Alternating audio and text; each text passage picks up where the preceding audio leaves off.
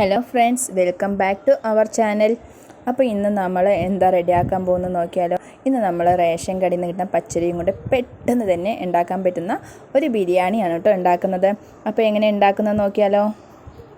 അതിനെ കുറച്ച് വെജിറ്റബിൾസൊക്കെ നമ്മൾ കട്ട് ചെയ്ത് വെച്ചിട്ടുണ്ട് കേട്ടോ. ഒരു സവാള, ഒരു കുറച്ച് ക്യാരറ്റ്, പിന്നെ ഒരു 2 തക്കാളി, പിന്നെ കുറച്ച് മല്ലിയില, പിന്നെ ഒരു തക്കാളി നമ്മൾ പേസ്റ്റാക്കി വെച്ചിട്ടുണ്ട്, പിന്നെ ഇഞ്ചി വെളുത്തുള്ളി പേസ്റ്റ്.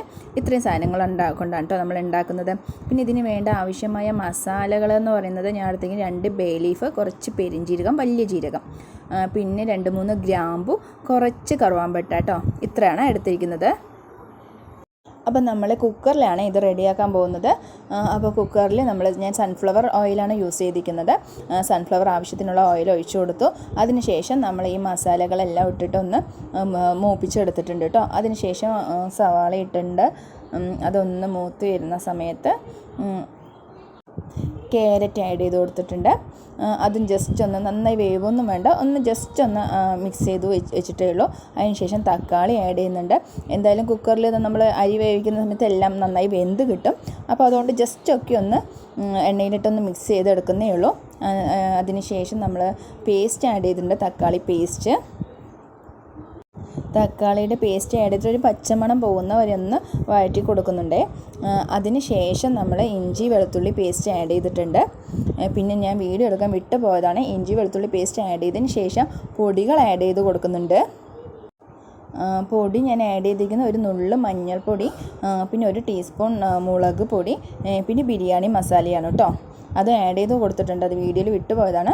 അതിന് ശേഷം മല്ലിയില ആഡ് ചെയ്തിട്ടുണ്ട്. പിന്നെ ആവശ്യത്തിനുള്ള തൈര് കുറച്ച് ആഡ് ചെയ്ത് കൊടുത്തിട്ടുണ്ട് കേട്ടോ. പിന്നെ ലെമൺ ജ്യൂസ് 1 മുറിയാണ് ഞാൻ തൈര് ആഡ് ചെയ്തുകൊണ്ട് 1 മുറി ലെമൺ ജ്യൂസും കൂടി ആഡ് ചെയ്തിട്ടുണ്ട്. അപ്പോൾ ഇത്രയൊക്കെയുള്ള ആഡ് ചെയ്യാൻ. അപ്പോൾ എല്ലാം കൂടി നല്ലപോലെ ഒന്ന് മിക്സാക്കി എടുത്തിട്ടുണ്ട്. അതിനുശേഷം കഴുകി വൃത്തിയാക്കി വെച്ച അരിയാണ് കേട്ടോ. ഞാൻ കുതിർക്കാനൊന്നും വെച്ചിട്ടില്ല, കുക്കറിലായതുകൊണ്ട് കഴുകി വാഷ് ചെയ്ത് വെച്ചാണ്. അത് ഇതിലേട്ട് ആഡ് ചെയ്ത് കൊടുത്തിട്ട് നല്ല പോലെ ഒന്ന് മിക്സാക്കി എടുക്കുന്നത്. കുക്കറിലായതുകൊണ്ടാണ് ഞാൻ ഡയറക്റ്റായിട്ട് അരി ഇട്ടത്. സാധാരണഗതിയിൽ അടുപ്പിലൊക്കെ ആണെങ്കിൽ നമ്മൾ വെള്ളമൊക്കെ ഒന്ന് തിളച്ചതിന് ശേഷമാണ് അരിയുടെ. കുക്കറിലായതുകൊണ്ട് ഞാൻ ഒന്ന് വഴറ്റി എടുത്തിട്ടുണ്ട്. അരി ഒന്ന് നന്നായിട്ടൊന്ന് മിക്സ് ചെയ്തെടുത്തു. അതിന് ശേഷം ഞാൻ വെള്ളം ആഡ് ചെയ്യുന്നുണ്ട്.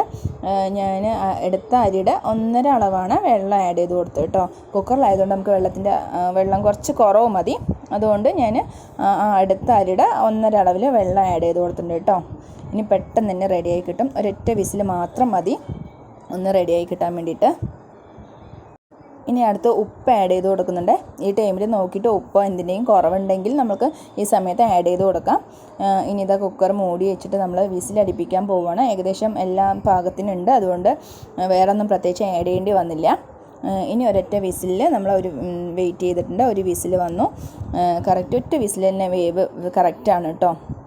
അപ്പോൾ അത് റെഡി ആയി കിട്ടിയിട്ടുണ്ട് നമ്മളുടെ ബിരിയാണി. റേഷൻ അരി കൊണ്ടുള്ളൊരു ബിരിയാണി കേട്ടോ. പെട്ടെന്ന് തന്നെ കുഞ്ഞുങ്ങൾക്കുള്ള ലഞ്ച് റെസിപ്പി, പെട്ടെന്ന് തന്നെ അവർക്ക് ക്ലാസ്സിലേക്ക് കൊണ്ടുപോകാൻ വേണ്ടിയിട്ട് റെഡിയാക്കി എടുക്കാൻ പറ്റുന്നതാണ്. ബെസ്റ്റായിട്ടൊരു ലഞ്ച് റെസിപ്പി ആയിട്ട് കൂടി നമുക്കിത് യൂസ് ചെയ്യാം. അപ്പോൾ അതിൻ്റെ വേവെല്ലാം കറക്റ്റാണ് കേട്ടോ. ഒരുപാട് വെന്ത് കുഴഞ്ഞിട്ടുമില്ല, കറക്റ്റായി കിട്ടിയിട്ടുണ്ട്. അപ്പോൾ ഇതിന് പ്രത്യേകിച്ച് കറിയുടെ ആവശ്യമൊന്നുമില്ല. ഇതിന് പപ്പടം തന്നെ ബെസ്റ്റ് കോമ്പിനേഷനാണ്. പിന്നെ ഒരു സലാഡൊക്കെ ഉണ്ടെങ്കിൽ ധാരാളം. അപ്പോൾ ഓക്കെ, ഇത്രയേ ഉള്ളൂ. താങ്ക്